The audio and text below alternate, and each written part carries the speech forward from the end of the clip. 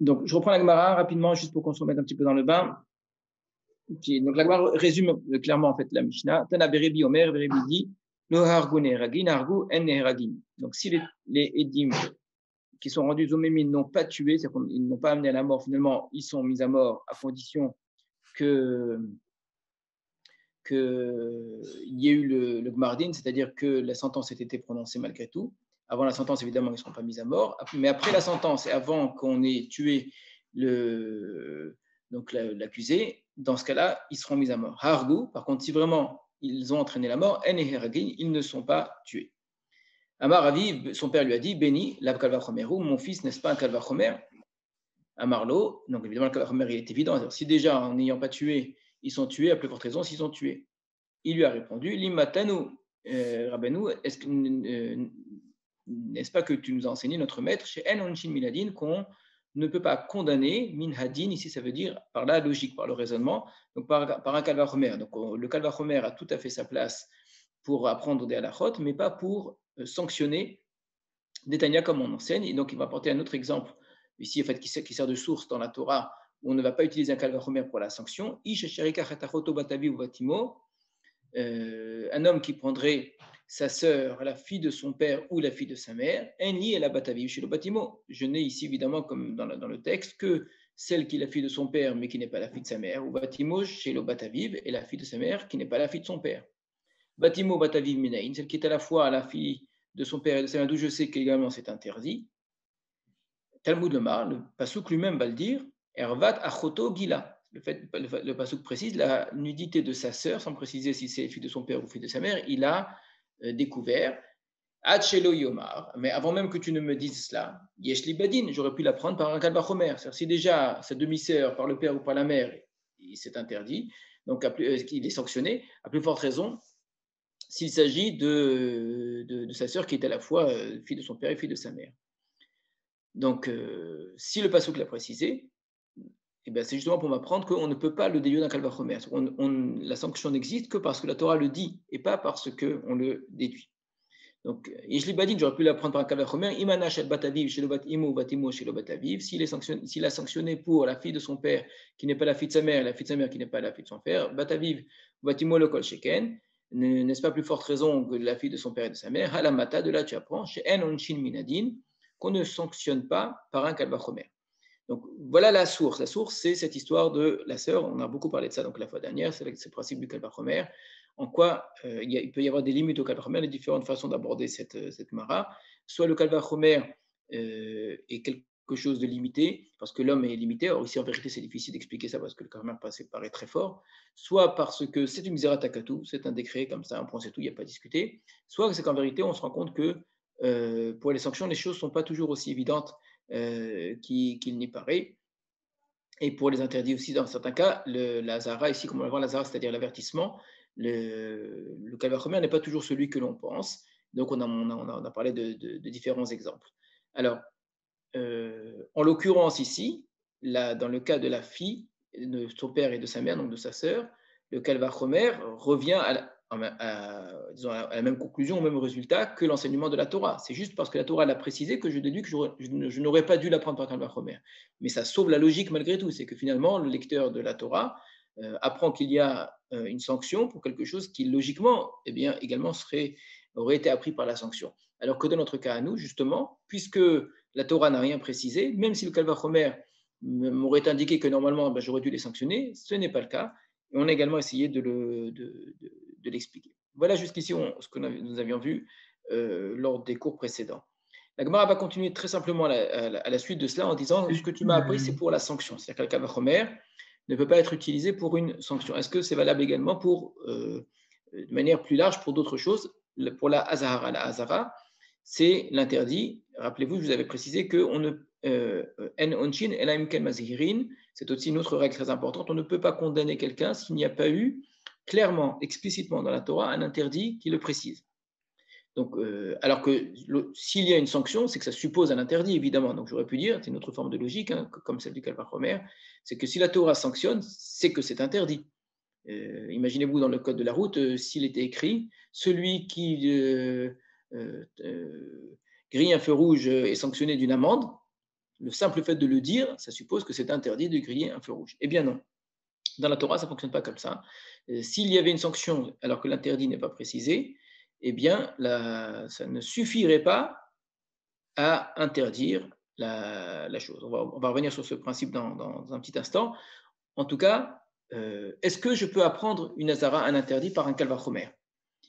Eh bien, on va faire exactement la même chose que l'on a fait pour la sanction, que le kalvachomer ne peut pas non plus servir à nous apprendre un interdit. Donc, de la même manière que la sanction doit être apprise par un kalvachomer, ne peut pas être apprise par un kalvachomer, l'interdit lui-même, c'est ce que nous allons voir dans les mots. Donc, Onesh Shamanu, la sanction, nous avons entendu qu'on ne peut pas la déduire par un raisonnement. Azara Minaïn, l'interdit lui-même, d'où est-ce que je sais aussi que je ne peux pas le déduire d'un raisonnement. Talmud Lomar, exactement la même chose, un verset qui ressemble beaucoup. Ervatachotra batavicha ovatimecha, la nudité de ta sœur, qui est la fille de ton père, ou bien la fille de ta mère, ce sont des psukim qui se ressemblent beaucoup, qui sont à quelques chapitres d'intervalle entre la sidra de Acharemot et la sidra de Kedoshim. La Charemot, on la connaît très bien parce qu'on la récite toutes les années à Kippour, à Mincha. Mais juste à côté, il y a Kedoshim où on a quasiment la même chose, les mêmes incestes. La différence, c'est que dans un endroit, c'est l'interdit et dans l'autre endroit, c'est la sanction. Et donc, le fait même qu'on ait les deux, ça prouve bien on a besoin des deux, et l'interdit et la sanction. Donc on va réfléchir exactement de la même façon. Donc, ce qui est écrit clairement, c'est la fille, donc celle qui est la sœur, fille du père ou fille de la mère. Enli, elle a batavi chez le bâtiment, donc Mara dit. Donc, je n'apprends de là que la fille du père qui n'est pas la fille de la mère, ou batimo, chez le bataviv, ou la fille de la mère qui n'est pas la fille du père. Bataviv ou batimo minaïn, celle qui est la fille du père, mais également la fille de la mère, d'où je sais qu'également c'est interdit. Talmud Lomar, je l'apprends, parce que le verset le précise. Ervad bateshet avicha, moledet avicha, achot chahi.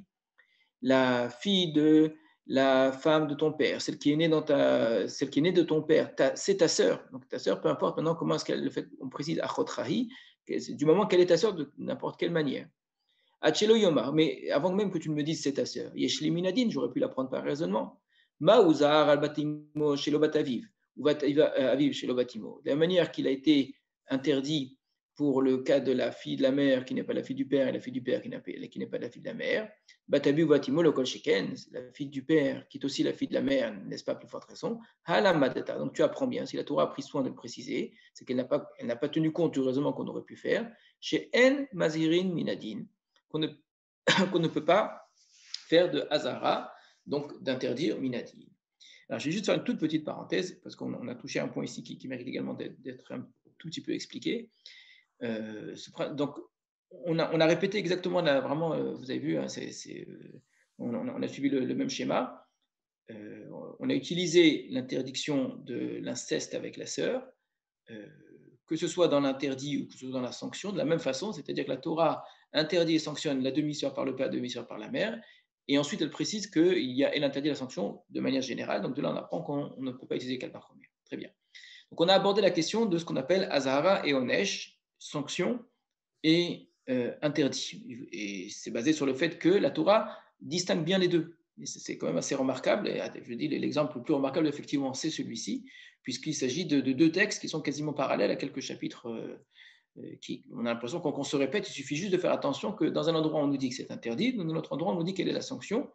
Et donc, on ne peut pas déduire l'un de l'autre. Si la Torah donne un interdit, ça ne suppose pas nécessairement une sanction, sauf si on l'apprend de manière générale. Et si elle dit que c'est sanctionné, ça ne veut pas dire que c'est interdit. Alors pourquoi est-ce qu'on fait cette distinction-là? C'est une remarque qui mérite d'être, je pense, précisée.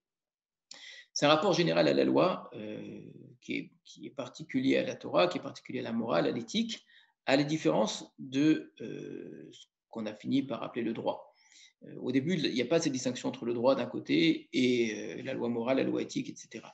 On considère évidemment que le droit, de manière générale, est basé sur une certaine vision de l'éthique et de la morale. S'il n'y avait pas une vision de l'éthique et de la morale, il n'y aurait pas de règles de droit. Mais en même temps, du moment que le droit s'est constitué, qu'il a pris forme, que c'est une construction, le droit, dans une certaine mesure, il s'est détaché, et c'est tout à fait normal, hein, de la règle de la règle d'éthique, la règle de loi en tant que telle. Aujourd'hui, clairement, on distingue bien une règle qui est interdite parce que c'est la loi. Nous sommes dans un pays, il y a des lois à respecter, etc. Et une règle morale tel on enseigne à la maison, tel que des gens bien se comportent. Alors, je ne rentre même pas, évidemment, dans les excès terribles et des déviances terribles où le droit est devenu immoral. Le nazisme est le meilleur des exemples. Ce n'est pas un monde où le droit n'existe plus, bien au contraire. Le nazisme est un monde dans lequel le droit a pris une place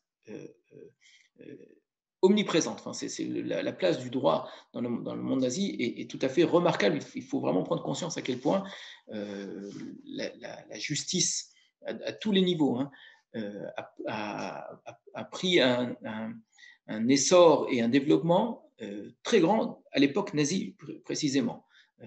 Le nazisme, ce n'est pas un abandon du droit, pas du tout, c'est un droit au service de lois que nous considérons évidemment comme tout à fait immorales.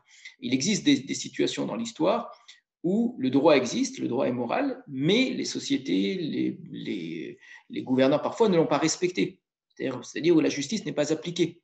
Des situations, vous savez, d'omerta, des situations où vous avez des mafias, etc., qui peuvent être à très haut niveau de très grande corruption. Vous avez un droit où, si vous observez le droit, il est juste.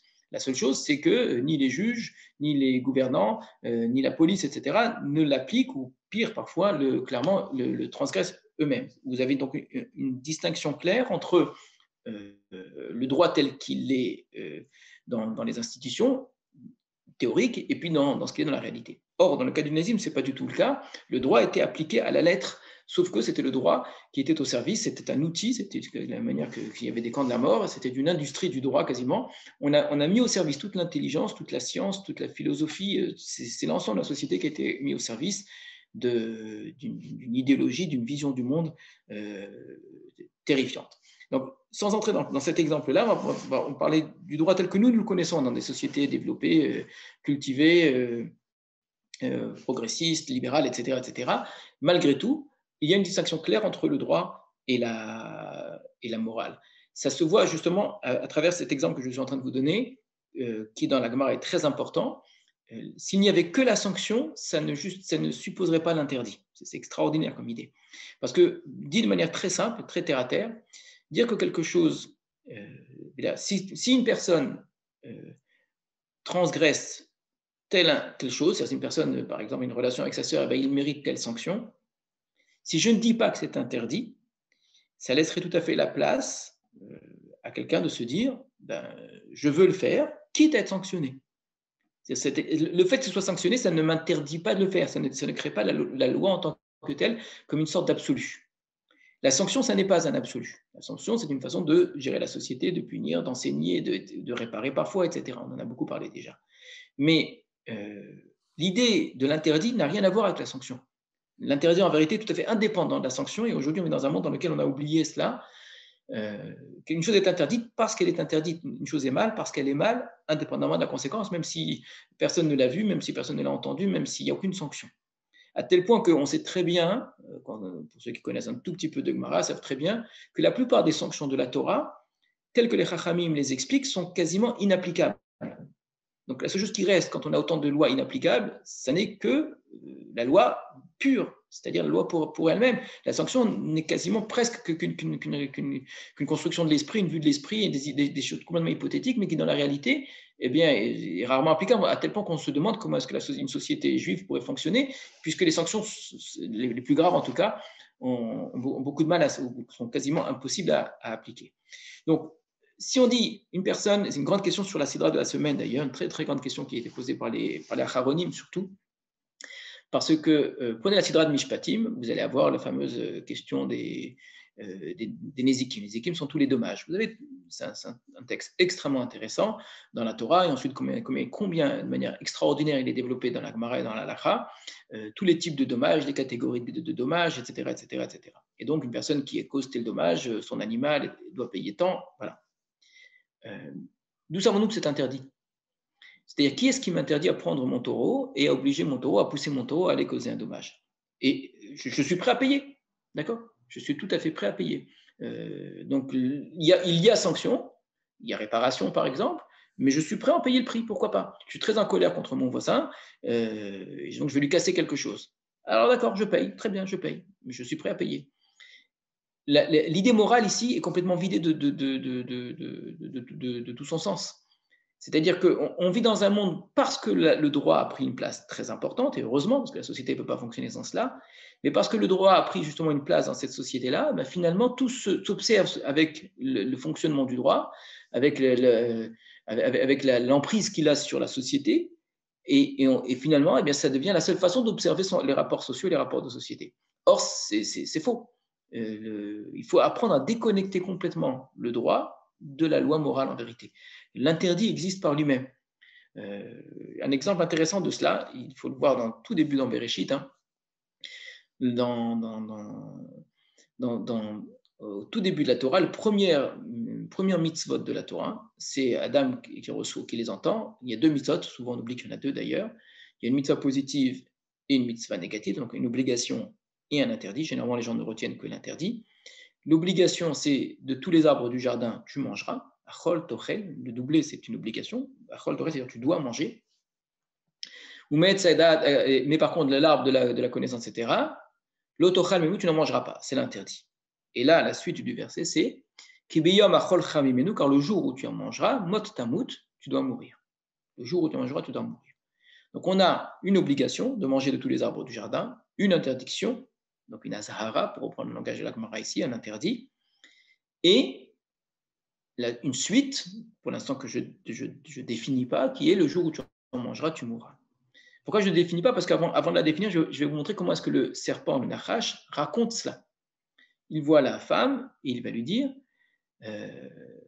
c'est vrai que vous n'avez le droit de manger d'aucun arbre du jardin. Ou plus exactement, il lui dit est-ce que c'est vrai que vous n'avez pas le droit de manger de tous les arbres du jardin? Et elle lui répond des arbres du jardin, nous pouvons manger. Donc, déjà, première erreur que commet la femme, c'est qu'elle n'a pas compris qu'il y avait une mitzvah de manger. C'est une permission. Donc, c'est un rapport à la loi qui est déjà problématique. Le premier rapport à la loi qui est problématique, c'est un rapport à la loi où la loi n'est que contrainte. L'aspect contrainte négative, c'est-à-dire qu'interdit, que répression. De me dire qu'il y a une obligation de manger, de profiter, de découvrir tous les arbres du jardin, ça n'est qu'une permission, si je veux. D'accord? Ça, c'est déjà une première erreur. Mais la deuxième erreur est plus intéressante, et elle dit parce que on connaît tous la différence entre Dieu a dit de ne pas toucher, ça c'est une autre erreur qu'elle a commise, sur laquelle je ne reviendrai pas, mais elle ajoute, parce que Dieu a dit que si on en mange, n'en mangez pas peine tamut, de peur que tu ne meurs. Donc la différence, il faut bien l'entendre.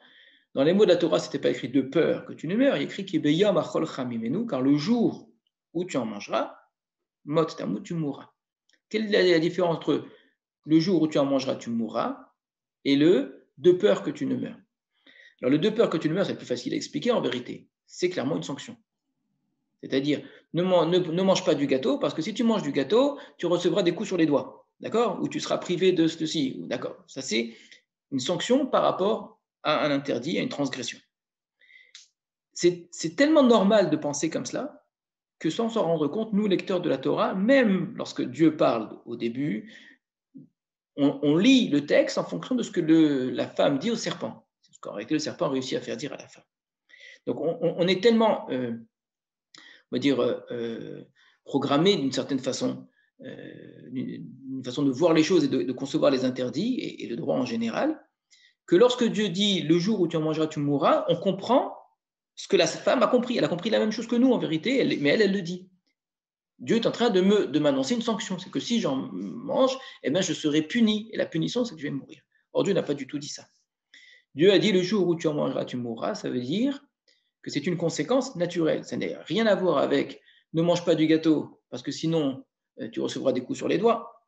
C'est ne mange pas du gâteau parce que ce gâteau est empoisonné et que si tu en manges, tu vas mourir. La mort n'est pas une sanction. La mort ici est une conséquence et Dieu ne vient pas punir, Dieu vient protéger. Ça n'a strictement rien à voir, c'est exactement le contraire. Donc Dieu qui dit à l'homme ne mange pas de cet arbre-là, car le jour où tu en mangeras, tu mourras, Dieu vient protéger l'homme d'un danger que l'homme risque par son désir, son envie, évidemment, d'assouvir, mais c'est un désir qui paraît plaisant au départ, mais Dieu vient lui dire, ne le fais pas parce que ça va t'amener à la mort. Mais c'est toi qui vas t'amener à la mort, tu vas prendre quelque chose qui est dangereux pour toi. C'est un fruit empoisonné d'une certaine façon. Or, la femme, au lieu de voir ici que Dieu la protège, comme si c'était Dieu qui voulait punir. Et donc le serpent a obtenu ce qu'il voulait. Si on conçoit l'interdit et la sanction comme une punition, c'est-à-dire que l'interdit et la sanction sont complètement indépendants l'un de l'autre, sont complètement séparés l'un de l'autre. Que l'interdit est quelque chose de bien, c'est quelque chose de bien que je veux faire, et que si Dieu me l'interdit, c'est qu'en vérité, il n'aimerait pas que je sois comme lui, et que c'est pour ça qu'il me menace, mais qu'en vérité, la menace ne peut ne pas se produire, par exemple. Il y a une sorte de détachement complètement des deux. Quelqu'un qui mange d'un gâteau, quelqu'un qui reçoit des coups sur les doigts, ça n'a strictement rien à voir. Les coups ne viennent pas du gâteau que j'ai mangé, les coups viennent de cette autorité supérieure qui ne veut pas que j'en mange, qui ne veut pas mon bien en vérité. Vous voyez, elle a toute la ruse ici du serpent. Alors que ça n'a strictement rien à voir à ça. Si on comprend qu'en fait, c'est pas un être supérieur qui veut à tout prix exprimer son pouvoir et m'interdire des choses qui seraient bonnes pour moi, c'est exactement le contraire, qui me prévient sur les causes naturelles. Donc je reviens à ce qu'on est en train de dire. On ne peut sanctionner que si on a averti, parce que l'avertissement doit exister de manière à part entière.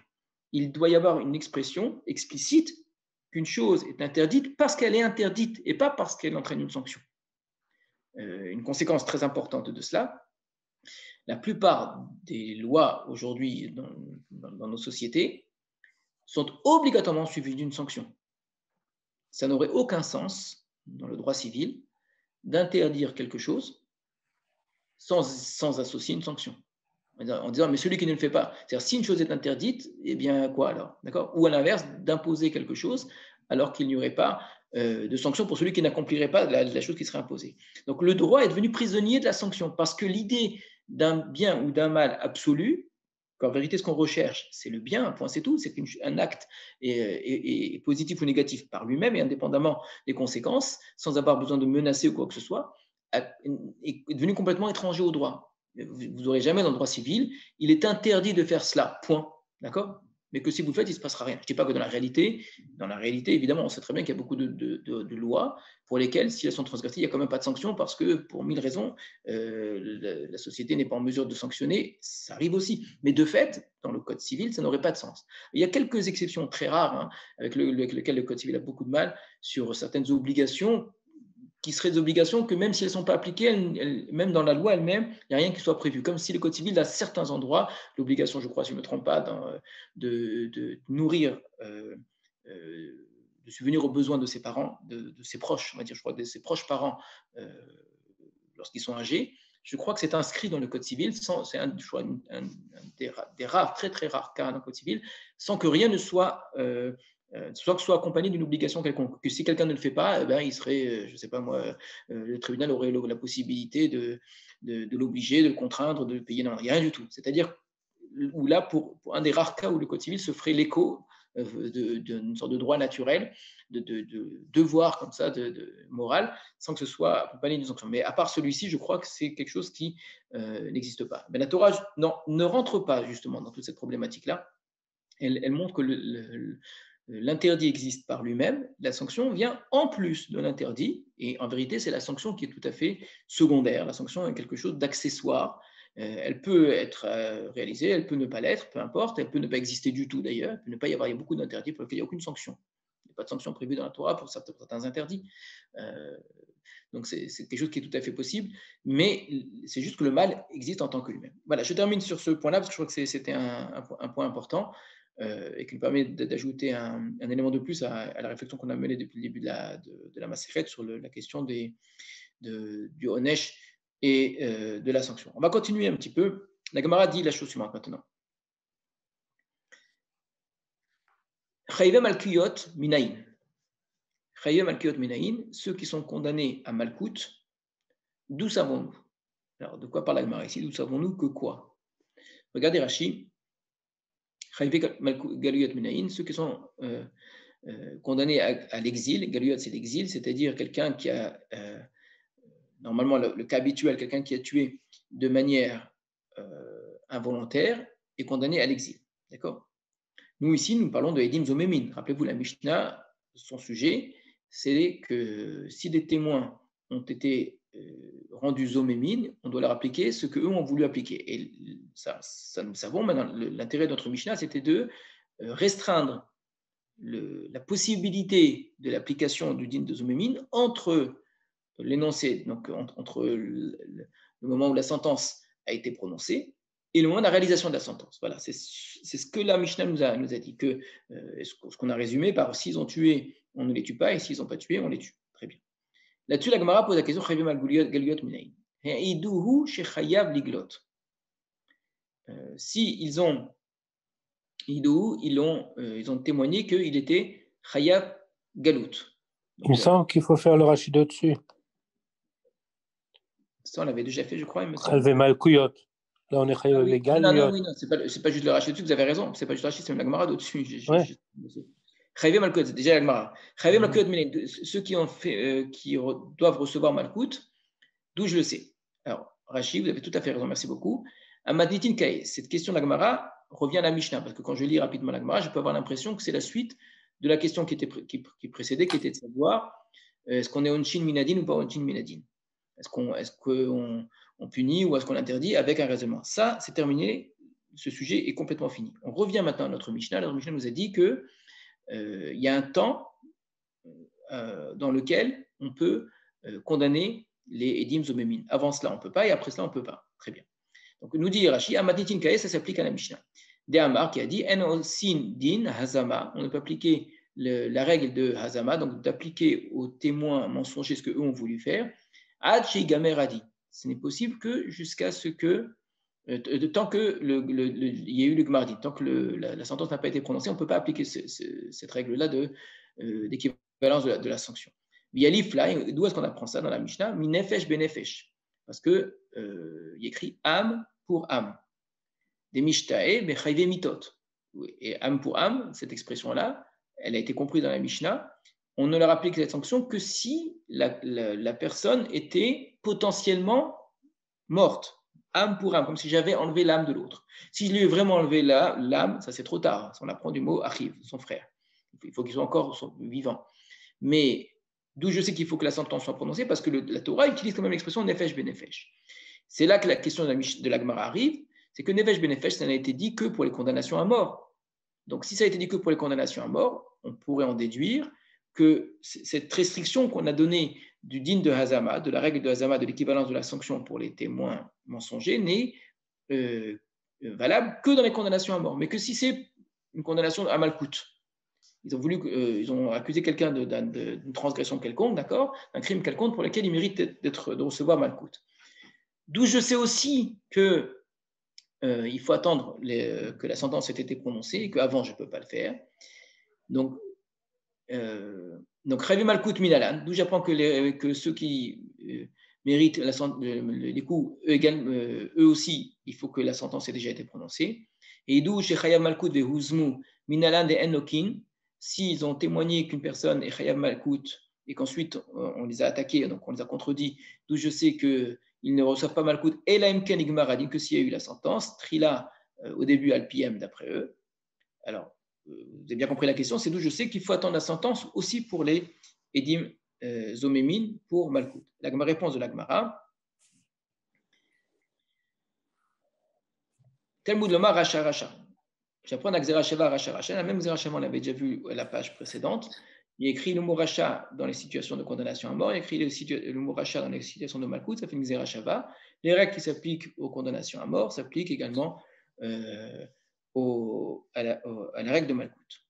J'avance un petit peu dans la Gemara. Chayve Galouyot Minaïn, dans la situation de condamnation à Galout, de ce dont je vous parlais tout à l'heure, Minaïn. Alors nous, on sait que de la première Mishnah de Masechet Makot, que s'ils ont accusé quelqu'un d'être condamné à l'exil, ils ne reçoivent pas l'exil, ils reçoivent Malkout encore une fois.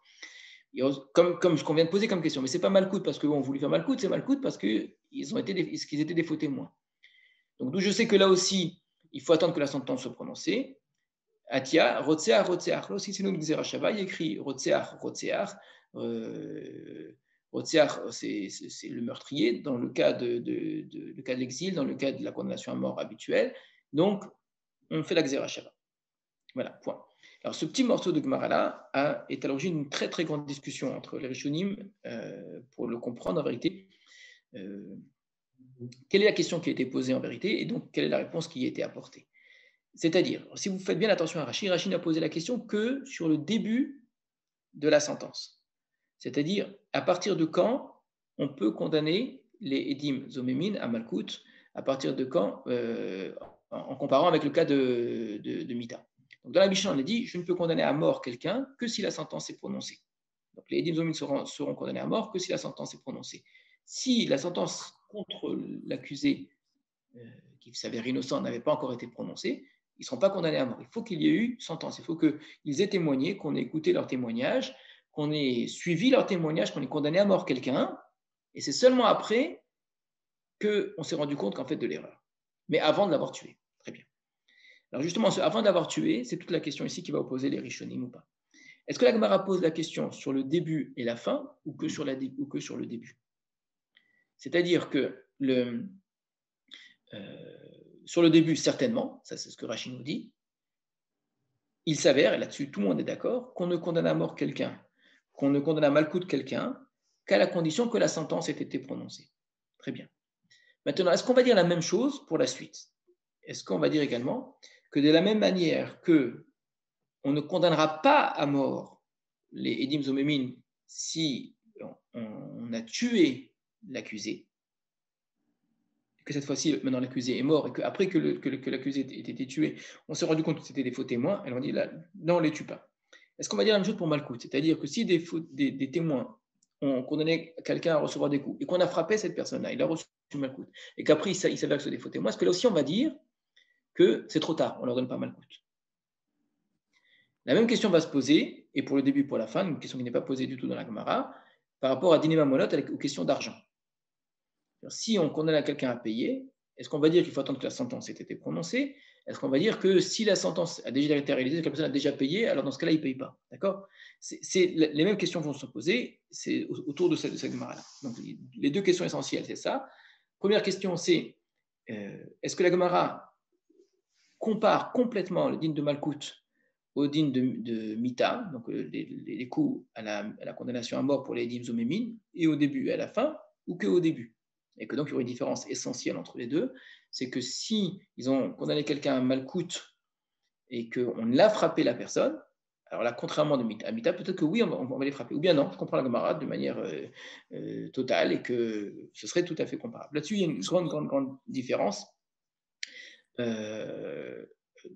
ne va pas rentrer nous dans tous les détails. Beaucoup vont dire que ce n'est que la première partie qui est comparable et pas la deuxième. C'est-à-dire que, à la différence de la condamnation à mort, s'ils ont condamné quelqu'un à Malkout et qu'on a frappé quelqu'un, ils reçoivent Malkout quand même. Pourquoi? Alors d'un point de vue purement technique, c'est que on a fait la Xerashava pour condamner par rapport au début. Or, d'où est-ce que je sais que je ne tue pas quelqu'un? Parce qu'il y a écrit vous lui ferez comme il a voulu faire à son frère. Or, voici que son frère est encore vivant. D'accord? Alors que lui voulait le mettre à mort. Ça s'applique aux condamnations à mort. C'est cette question du achiv qui viendrait s'opposer au fait de les condamner eux. Ce n'est valable que dans le cas où ils ont voulu condamner à mort quelqu'un. Mais quelqu'un qui est condamné à Malkout, on l'a frappé, mais il est encore vivant, donc il n'y a pas de problème.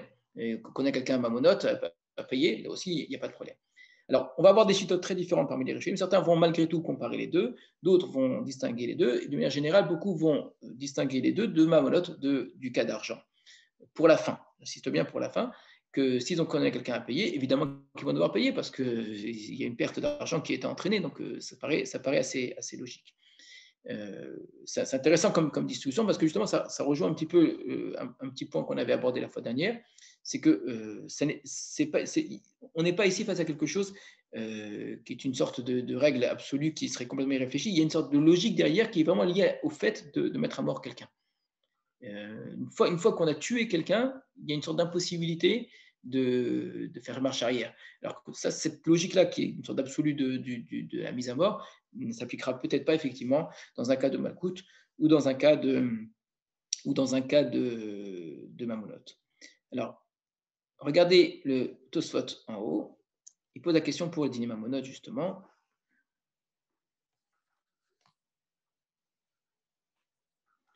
D'où est-ce que je sais que si les Edim sont condamnés à recevoir Malkout, d'où je sais qu'il faut que la sentence ait été prononcée d'abord, comme dans le cas de la condamnation à mort. Pirouche, explication. Minaïn de enlokin, achegamer adin, alpiem. Donc c'est la même chose que nous a dit Rashi. D'où je sais qu'ils ne reçoivent pas Malkout tant que la sentence n'ait pas été prononcé à cause de. D'accord. Veim Tomar, ici tu dis Ve'amai, Loba Ename, Ken, Chayve Mamon. Et pourquoi est-ce que la Gemara n'a pas posé la même question pour Chayve Mamon? Elle pose la question pour Malkouyot, elle pose la question pour Galouyot, pour les situations de condamnation à l'exil. Pourquoi est-ce qu'elle ne pose pas la question, d'où je sais que c'est également vrai pour l'argent? D'où je sais qu'ils ne devront payer, ils ne devront pas payer tant que la sentence n'a pas été prononcée. Il faut dire, mikra, des nefesh benefesh. C'est que, de la même manière que, d'où est-ce qu'on a appris pour le dîner nefashot, c'est-à-dire pour les condamnations, d'où est-ce qu'on a appris qu'il faut attendre que la sanction ait été prononcée, parce que le passage nous avait dit, nefesh benefesh, Rachid nous l'a rappelé, âme pour âme. Donc il faut que l'âme de l'autre ait été potentiellement tuée pour qu'on leur enlève leur âme. Mais c'est que, sinon, s'il n'est pas encore potentiellement tué, donc on est encore que dans les délibérations de justice, on est juste en train de discuter, mais qu'il n'y a pas eu de sentence qui a été prononcée, alors on ne va pas les tuer pour ça. Alors de la même manière qu'on a appris de ce passouk-là, Dirtiv Bedim Zomim, parce que ce passouk a été écrit au sujet des Dim Zomemim, des faux témoins, Dirtiv Yad le Yad. Alors, il y a écrit également Yad le Yad, il faut changer en vérité la guerre, ça ici. Il y a écrit aussi que main pour main, le Yenake de Mafke Miné, des Mamona Meshalmin. Donc de là-bas, on apprend le mot main ici renvoie à l'obligation de payer, de l'Archinan Miné à Chigameratin. Donc du fait que le mot main est utilisé, main pour main, il faut que la même chose, il y ait sentence qui ait été prononcée, c'est-à-dire que l'autre est perdu et dépensé, ce qui est sa main ici. Le mot yad ici qui signifierait la main, mais qui renverrait à l'obligation de payer, qui soit prononcé. Juste pour la petite parenthèse, intéressant, c'est un exemple parmi un très grand nombre où vous voyez comment les Tosafot, qui sont des Rishonim, font des Xerot Shavot ou font des Drashot comme si c'était dans la Gemara. Pas tous les Rishonim ne se permettent cela, mais c'est un exemple parmi d'autres où vous verrez que les Tosafot s'inspirent d'une dracha qui existe dans un endroit pour faire une dracha comparable, parallèle, en utilisant on va dire la même méthodologie, la même technique, mais sur un autre endroit. Ça, c'est quelque chose qui est assez remarquable. Donc là, on a un exemple. Cette dracha n'existe pas. De dire Yad le Yad, de là, on apprendrait Mammon. Mais les Tosafot considèrent que c'est tout à fait naturel de le penser, puisqu'on le trouve pour Nefesh, Benefesh. Voilà. On va s'arrêter sur ce sujet. On va juste avancer dans la Gemara, qui va nous raconter une petite histoire. Alors, la Gemara nous raconte la chose suivante. Amar Rabbi Yehuda ben Tabai. Rabbi Yehuda ben Tabai a dit la traduction littérale, c'est que je vois une consolation. Mais on comprend ça en vérité comme une forme de malédiction que l'on porte sur soi-même. C'est-à-dire que si je ne fais pas telle chose, que je sois condamné. C'est une façon de jurer.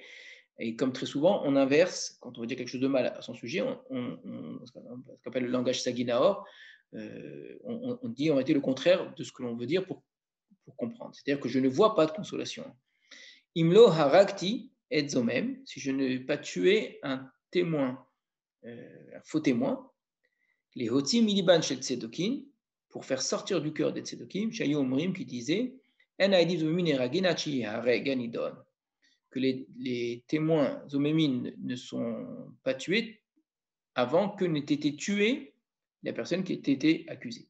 Donc cette histoire est directement liée à ce que nous avons étudié. Les tzedokim, la Mishnah elle-même le faisait remarquer, avaient une lecture littérale du texte.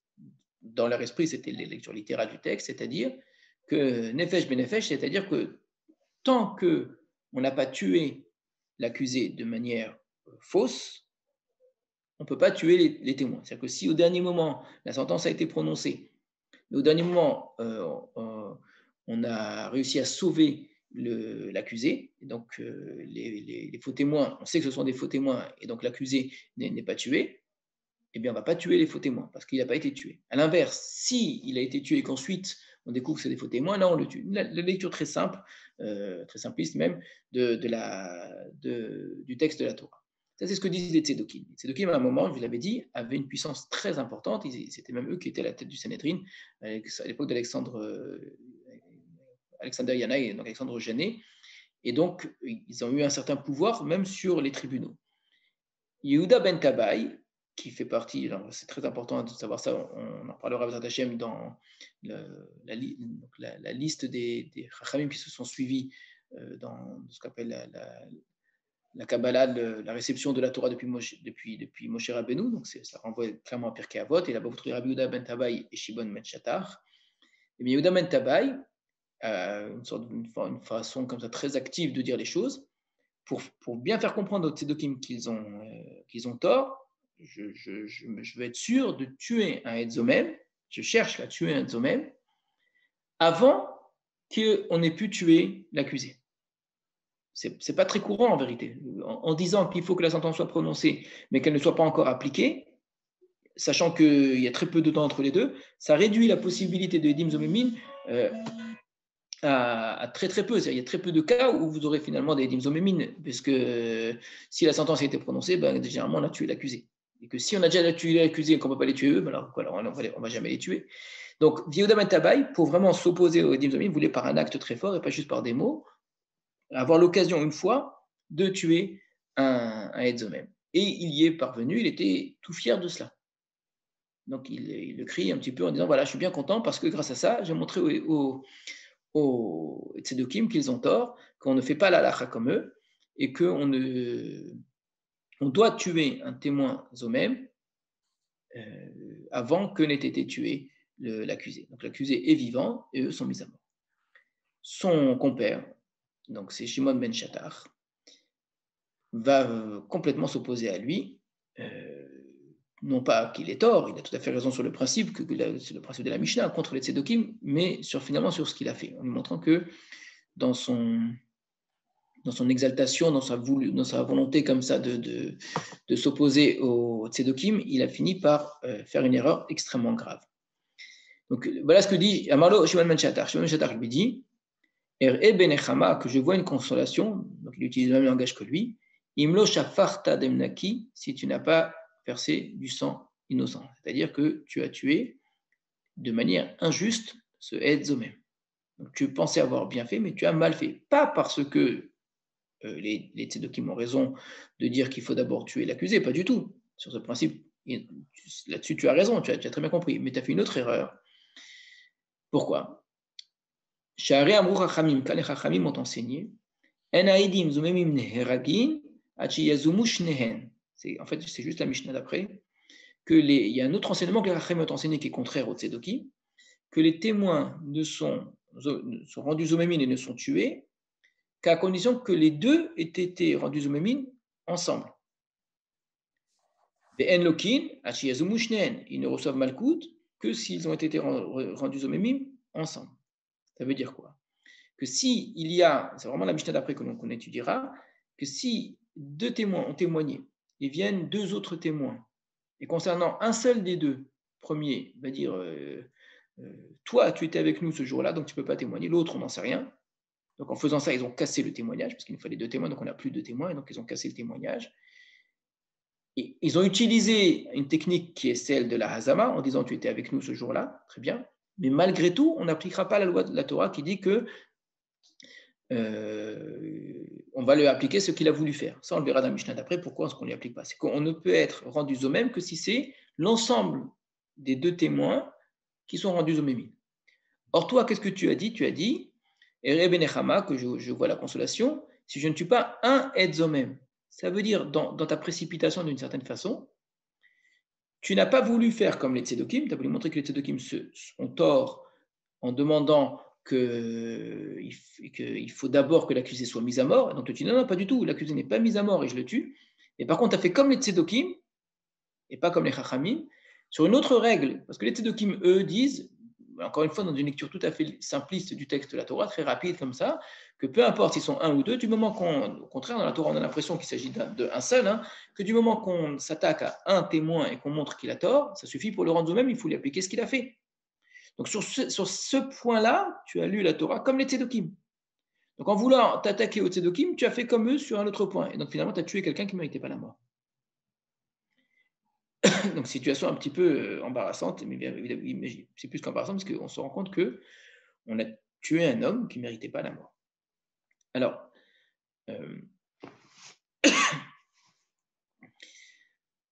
c'est une situation qui ne s'arrête pas là, comme vous allez le voir. Comment va réagir à cela Rabbi Yehuda ben Tabai? Il va avoir deux réactions. Première réaction, c'est dans le fait de s'être trompé dans la halakha. Deuxième réaction, c'est dans le fait d'avoir tué quelqu'un. Les deux choses sont évidemment liées, mais elles auraient pu être indépendantes. On peut se tromper dans la halakha dans toutes sortes d'autres domaines sans avoir nécessairement entraîné la mort de quelqu'un. Puis on peut avoir entraîné la mort de quelqu'un sans s'être trompé nécessairement dans la halakha. Lui a fait les deux choses. Et il s'est trompé dans la halakha, en voulant bien faire, hein, avec beaucoup de zèle, et en plus il a entraîné la mort de quelqu'un. Donc il va falloir réagir à ces deux choses-là.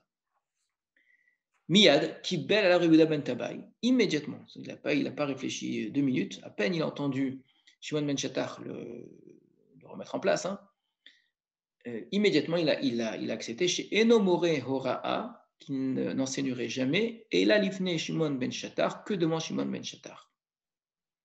Donc c'est rare de voir quelqu'un qui accepte de reconnaître son erreur et à partir de là de considérer que l'autre c'est mieux que lui. Et à partir de là, de le placer soit comme un supérieur, soit au moins comme un adjoint. Alors ça renvoie en vérité à une grande discussion dans la Gemara qui est à peine sous-entendue ici. Lequel des deux, entre Rabbi Yehuda ben Tabai et Shimon ben Chattar, alors le Rabbi d'ailleurs pose problème ici, ce serait plutôt Yehuda ben Tabai et Shimon ben Chattar, lequel des deux était le chef du Sanhédrin et lequel des deux était le Ségan. Il semble qu'en vérité, durant leur histoire, il y a eu un moment, un inversement. Une inversion entre les deux. Si vous prenez Pirkei Avot, la manière dont ils sont présentés, on a l'impression qu'effectivement, c'est Yehuda ben Tabai qui est le chef du Sanhédrin. Or, dans un autre endroit, on voit que c'est l'inverse, et c'est probablement cette histoire qui a entraîné du fait même de Yehuda ben Tabai, lui-même a choisi de ne plus être le chef du Sanhédrin en acceptant que Shimon ben Chattar, en demandant à ce que Shimon ben Chattar prenne cette place-là. Alors, sans aller jusque-là, en tout cas, c'est quelqu'un qui ne veut plus enseigner la halakha sans la présence de Shimon ben Chattar pour ne pas avoir à se tromper encore. Imaginons qu'on ne parle pas ici d'un simple étudiant, on parle de quelqu'un qui toute sa vie a étudié, toute sa vie a enseigné, quelqu'un qui a reçu des plus grands maîtres, hein, et qui un jour dans sa vie, parce qu'il a fait une erreur grave, eh bien, fait très attention à ne pas recommettre une deuxième fois une erreur. Deuxième chose, alors vous savez très bien qu'on vit dans un monde aujourd'hui où quelqu'un qui se trompe va montrer que c'est l'autre qui s'est trompé, mais lui, surtout pas, il ne s'est jamais trompé. Là, c'est l'inverse. Deuxième chose, par rapport au fait qu'il a entraîné la mort de quelqu'un d'autre, il ne peut évidemment pas le faire revivre. Vechol Yamav, et tous ses jours, toute sa vie, Rabbi Yehuda ben Tabai mishtateach al kibro shel oto ha'ed, il allait, mishtateach, c'est-à-dire il allait tomber, quoi, il s'est allé sur le tombeau donc de ce témoin-là, Vehaya Kolo Nishma, et on entendait sa voix. Donc on entendait en vérité comme des pleurs. Et Kisvurinaam, et le peuple pensait, l'Omar, donc il pensait dire, Kolo chez la Haroug, il disait c'est la voix du mort qu'on entend. Il pleure, pourquoi? Parce qu'il a été tué de manière injuste. Amar, Rabbi Yehuda ben Tabai leur a dit, Koli, Sheli, ou pas du tout, c'est ma voix à moi que vous entendez. C'est tout simplement, c'est tous les jours, je vais, c'est probablement la nuit d'ailleurs, je me mets sur le tombeau et je pleure, et c'est ma voix que vous entendez. Et d'ailleurs, pour vous prouver cela, c'est étonnant qu'il y ait une discussion à ce point-là, est-ce que c'est tellement important, est-ce que c'est l'un ou est-ce que c'est l'autre? C'est très étonnant comme histoire parce que ça suppose que Yehuda ben Tabai, une fois, deux fois, toujours, avait besoin, chaque fois, d'insister, de dire non, c'est bien ma voix. Et les gens sont persuadés qu'en fait, c'est pas sa voix, c'est la voix du mort qu'on entend. C'est étrange. Hein. Pourquoi est-ce qu'ils seraient, les gens, malgré les affirmations de Yehuda ben Tabai, continuent à penser que c'est le mort? À tel point qu'il est obligé de se justifier, et il apporte la justification suivante. Il leur dit, regardez, la preuve que c'est bien ma voix, c'est étonnant qu'on ne veuille pas le croire, hein, la preuve que c'est bien ma voix, les macharoumet, demain il va mourir, le il en vérité ça veut dire je vais mourir, mais il ne veut pas parler de lui en parlant de mort. Donc le jour où je vais mourir, en kolonishma, vous n'entendrez plus la voix. D'accord? Et donc vous verrez bien que c'était moi qui pleurais jusqu'à maintenant. Et cette idée est tellement prégnante qu'en fait c'est pas lui qui pleure, mais c'est le mort qui pleure, que la Gemara va continuer. Amalé Ravacha Bere de Rava les Ravaché. Ravacha, fils de Rabba, a dit Ravaché. Dilma, peut-être, Bedina Kam Behade. Peut-être qu'en vérité, Peut-être en vérité, une fois que ça prouve rien, peut-être qu'il est mort, on n'entend plus la voix. Mais c'était quand même la voix du mort qu'on entendait avant. Mais pourquoi est-ce qu'on n'entend plus la voix du mort cette fois-ci? Parce qu'une fois qu'ils se sont rencontrés les deux, il y a eu un jugement, et donc le jugement euh, a eu lieu, et donc dans l'au-delà, et puis à partir de là, eh bien, le problème a été réglé. Inamé ou bien, Pius et Païsé, il a réussi, Néphayès, il a réussi à le consoler, disons, à s'arranger avec lui, que finalement, en discutant ensemble, après la mort, tous les deux, eh bien, ils se sont réconciliés, et que c'est pour ça qu'on n'entend plus pleurer.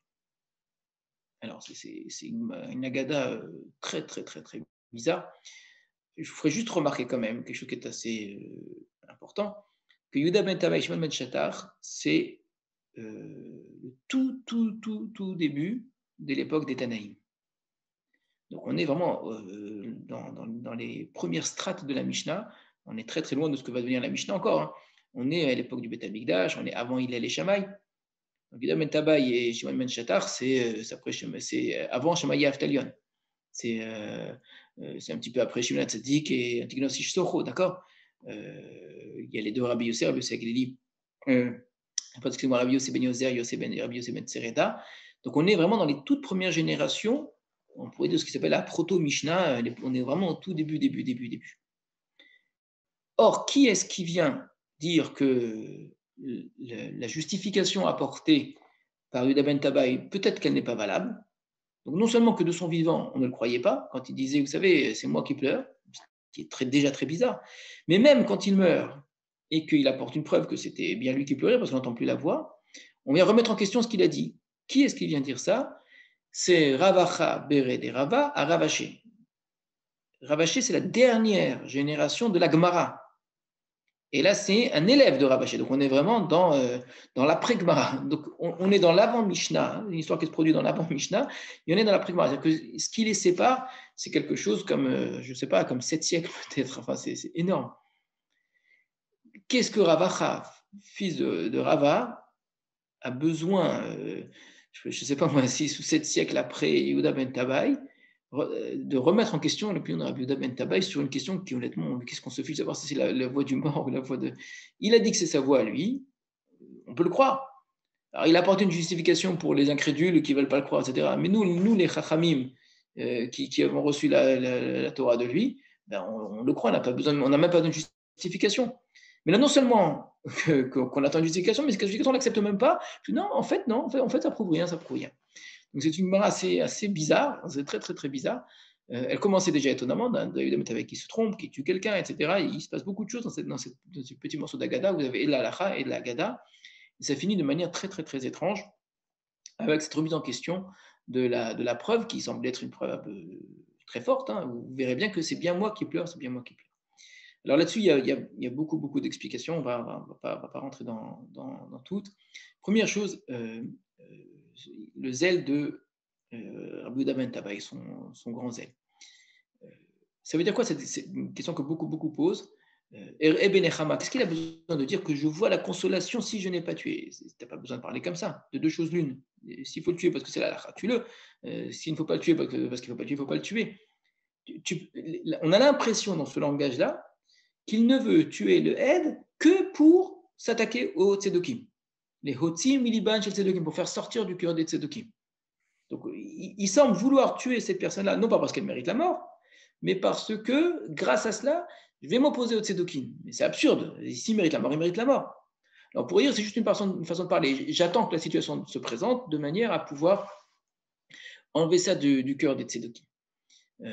Mais qu'en vérité, cette personne mérite vraiment la mort indépendamment de cela. Certains ne lisent pas comme ça le texte et disent que non, pas du tout. Ce que fait Rabbi Yehuda ben Tabai, c'est qu'il utilise ici un droit qui est donné au Dayanim de mettre à mort quelqu'un de manière qui n'est pas légale au niveau de la halakha, d'accord, mais pour des considérations qu'il considère comme impérieuses, nécessaires, etc. Et que Yehuda ben Tabai savait bien qu'il ne s'agissait que d'un seul témoin, et que s'agissant que d'un seul témoin qui avait été rendu eux-mêmes, il ne méritait pas la mort, mais je décide malgré tout de le mettre à mort, Léotim iliban shel tzedokin, d'enlever du cœur des tzedokin. Donc, Ça veut dire quoi qu'il ne mérite pas la mort?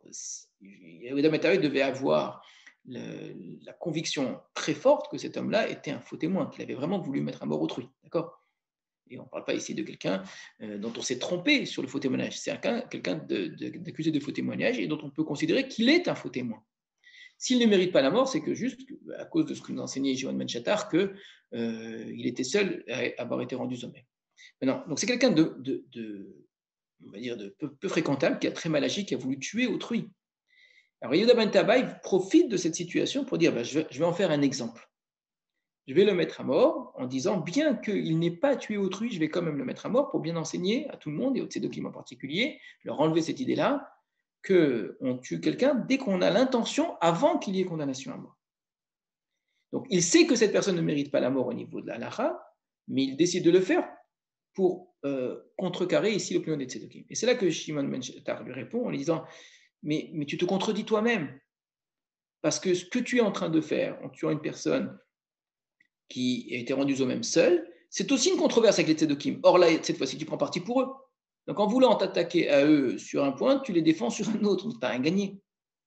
Donc tu veux faire de cet homme-là un exemple en ne respectant pas la halakha, c'est possible une chose pareille dans certains cas, pourquoi pas, je ne suis pas contre sur le principe, c'est quelque chose qui est tout à fait possible. Or, ta logique ici est paradoxale. C'est que tu fais ça contre les tzédokim en finalement défendant une autre. Donc tu montres une erreur des tzédokim et au contraire, tu favorises une autre erreur des tzédokim. Donc il valait mieux ne rien faire. Et c'est là où il s'est trompé. C'est là où il a fait cette erreur-là. Il a compris que par rapport à Shimon ben Shattar, il devait tenir compte de son avis et ne pas comme ça réagir de manière extrême. Il y a une autre Gemara très intéressante qui touche exactement au même problème de Edout, de Edim et du rapport à la loi et à la sanction. Donc, on est exactement dans les mêmes thèmes sur Shimon ben Shattar.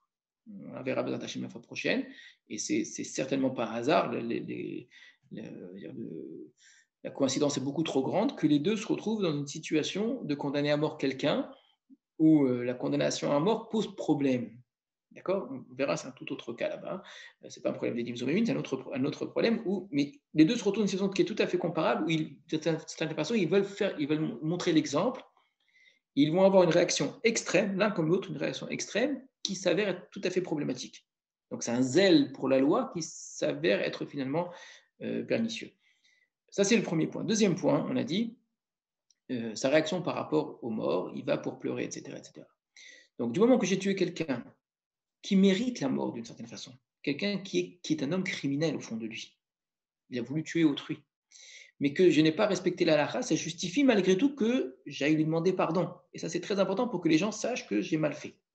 Donc, c'est quelqu'un d'une immense humilité ici, Damen Tabaï, qui s'est trompé, et qui, au lieu de se dire, mais écoutez, c'est un rachat, cet homme-là, d'accord, il ne méritait pas la mort au niveau légal, mais bon, c'était vraiment pas un homme recommandable. Malgré tout, va et pleure, et pleure, et pleure, et pleure. Et les gens n'arrivent pas à accepter le fait que ce soit lui qui pleure. Ils n'entendent pas ça. Ils disent, c'est l'autre qui pleure. D'accord? Et il a beau dire, mais non, mais c'est moi qui pleure, on n'écoute pas Yehuda ben Tabai. Pourquoi est-ce qu'on n'écoute pas Yehuda ben Tabai? Pourquoi est-ce qu'on n'entend pas que c'est lui qui pleure et qu'obligatoirement ils se disent, non, c'est le mort qui pleure. Ça veut dire qu'on considère que Yehuda ben Tabai comme s'il voulait couvrir quelque chose. Il nous dit une chose, mais qui n'est pas la vérité. Alors pourquoi nous dit-il quelque chose qui n'est pas la vérité? Comme s'il ne veut pas qu'on entende ici pleurer qu'il ne veut pas qu'on entende pleurer le mort, comme si c'était une idée qu'il essaie de repousser à tout prix, alors qu'en fait, elle est vraie. Qu'est-ce qui dérangerait au fait de considérer que ce soit l'un plutôt que l'autre et que dans l'esprit des gens, c'est sûr que c'est le mort qui pleure, alors que dans son esprit, lui, non, pas du tout, le mort, il ne pleure pas, c'est moi qui suis en train de pleurer. Alors là-dessus, il y a des lectures très, très différentes. La question qui est effectivement peut-être liée, c'est est-ce que cet homme, comme on l'a dit, mérite la mort ou ne mérite pas la mort? C'est-à-dire, pour quelle raison je pleure? Est-ce que je pleure parce que lui ne devait pas mourir? Ou est-ce que je pleure parce que moi j'ai fait du mal? C'est deux choses complètement différentes. Si c'est lui qui pleure, ça veut dire que l'homme a véritablement subi une injustice. Et donc il crie à l'injustice. Et que c'est son pleur à lui qu'on entend. Si c'est moi qui pleure et pas lui, ça veut dire que lui est mort et il méritait la mort en vérité. Ce n'est pas une injustice. C'était un homme qui, d'une certaine façon, il y a des gens qu'on ne pleure pas en tant que tel. Mais moi, je pleure pour le mal que j'ai commis. C'est que malgré tout, je n'avais pas à faire une chose pareille. et que je pense que cet homme-là était une crapule, je ne vais pas pleurer sa mort d'une certaine façon en tant que tel. S'il était mort d'une autre façon, je ne l'aurais pas pleuré. Mais que moi, j'ai été la personne qui tue, ça, c'est insupportable. Donc, le problème moral ne se situe pas chez lui, le problème moral, il se situe chez moi. Et ça, les gens n'étaient pas capables d'entendre. C'est une première approche. C'est-à-dire, où se situe le problème moral? Dans l'action de Yehuda ben Tabai ou dans la mort de cet homme-là? Et Yehuda ben Tabai dit, le problème, il est uniquement chez moi de cette façon. Je n'avais pas à agir comme ça, mais lui, tant pis pour lui, en vérité, je m'en fiche pas mal de lui. Alors qu'à l'inverse, si on dit que c'est lui qui pleure, c'est ce que pensaient les gens, c'est qu'il s'est resté, ben c'est injuste, hein, c'est pas bien, et le pauvre homme, le pauvre homme, le pauvre homme, le pauvre homme. Ben non, c'est pas le pauvre homme. Il y a autre chose qu'on peut rajouter à cela, une autre deuxième approche, mais qui peut être complémentaire. C'est une question qui a priori n'a rien à voir, mais quand même intéressante. C'est que Yehuda ben Tabai ne voulait pas qu'on dise que ce sont les morts qui pleurent, parce que Yehuda ben Tabai n'était pas d'accord, indépendamment de la question morale, avec cette idée-là. C'est une idée fausse. Les morts ne pleurent pas. On ne peut pas entendre la voix des morts. Les morts qui pleurent, c'est quelque chose qui renvoie à la nécromancie, qui renvoie à de la sorcellerie, à des idées qui sont fausses. Donc Yehuda ben Tabai vient pour dire, mais arrêtez, c'est moi qui pleure, parce que arrêtez d'entendre des choses pareilles. Mais les gens aiment bien entendre ces choses-là. Regardez, il y a une voix qu'on entend dans la nuit, dans les cimetières, etc. C'est bien la preuve que le mort est en train de pleurer, c'est sa voix qu'on entend. Yehuda ben Tabai, il a pris cette lecture-là, je ne dis pas du tout qu'elle est partagée par tous les commentateurs, bien au contraire, mais c'est une lecture qui existe. Yehuda ben Tabai viendrait insister sur le fait de ne pas croire une chose pareille. Et il dit, et d'ailleurs, la preuve, du jour où je vais mourir, il n'y aura plus personne qui pleure, ni lui ni moi, d'accord? Donc, très terre à terre, Yehuda ben Tabai dit, c'est simplement un être humain qui est en train de pleurer, un mort ne pleure pas, et on ne peut pas entendre la voix d'un mort. Point. À partir de là, on peut peut-être comprendre, grâce à cette deuxième approche, l'attitude de Rabacha Béré des Rabba. Des siècles plus tard, Rabacha Béré des Rabba revient sur cette histoire en disant, mais en fait, ce qu'il dit, ça prouve rien. Hein. Peut-être qu'il est mort et qu'on n'entend plus le mort parce qu'ils se sont réconciliés après la mort, ou il y a eu, etc. Alors, soit on va lire au sens propre, c'est-à-dire tel qu'il le dit, et qu'effectivement, il y aurait, d'après la mort, une discussion entre eux, etc., etc. Mais on resterait quand même avec la question, mais quel intérêt Rabacha de remettre en question ce que nous dit Rabbi Yehuda ben Tabai? S'il nous l'a dit, on peut le croire. Mais d'après la deuxième approche, c'est peut-être plus simple. Rabacha ne vient pas remettre en question du tout ce que dit Rabbi Yehuda ben Tabai. Il est tout à fait d'accord avec ce que dit Rabbi Yehuda ben Tabai. Il sait très bien, et comme je vous disais tout à l'heure, il n'a même pas besoin que Rabbi Yehuda ben Tabai se justifie. Si Rabbi Yehuda ben Tabai nous dit que c'est lui qui pleure, je le crois, point. J'appartiens au Chachamim, et donc je crois à Rabbi Yehuda ben Tabai, je n'imagine pas qu'il va me mentir, donc je n'ai pas de problème.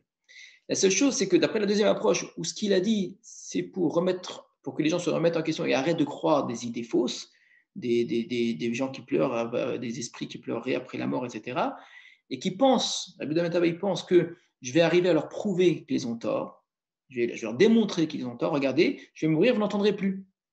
Quelqu'un qui a des idées pareilles, quelqu'un qui croit en toutes sortes de superstitions, vous pourrez lui prouver ce que vous voulez, il trouvera toujours le moyen de s'en sortir. Donc Rabacha ne vient pas remettre en question lui, il vient dire qu'est-ce qu'on peut toujours considérer, qu'on continue à penser après. C'est que Rabbi Yehuda ben Tabai a dit ce qu'il a dit, mais il y a des siècles après, les gens diront oui, mais en fait, ça ne prouve rien. Peut-être qu'après la mort, etc., etc., etc. Bon, c'est d'une modernité incroyable. Vous avez toutes ces histoires de complotisme et dont on entend beaucoup, beaucoup parler. Où lorsqu'on réfléchit de manière qui est déraisonnable, c'est-à-dire où les éléments de réflexion sont des éléments qui ne s'appuient pas sur des réalités concrètes, sur des véritables preuves, etc., etc., et que des choses qui ressemblent à des preuves sont des preuves, des vraies preuves n'en sont pas, etc., qu'on imagine que des choses sont cachées, que des choses sont, etc., etc., vous aurez beau discuter en croyant que vous allez convaincre la personne qui est en face de vous, ça ne servira toujours à rien.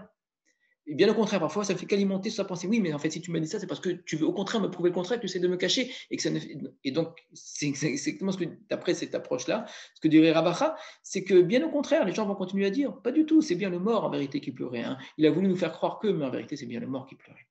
Voilà, on va s'arrêter là ce soir. À très bientôt. Je reviendrai peut-être la fois prochaine un tout petit peu parce que je mets à peine sur Yehuda ben Tabai et Shimon ben Shetach, puisque allez voir Pirkei Avot, je vous invite vraiment à aller voir Pirkei Avot. Vous découvrirez, si vous ne l'avez pas déjà remarqué, que comme par hasard, ce dont parle Yehuda ben Tabai et Shimon ben Shetach dans Pirkei Avot, c'est la question des témoins. Alors c'est vraiment le problème ici, et également dans l'autre histoire qui est celle de Shimon ben Shetach. À très très très bientôt. Laila Tov. Laila Tov.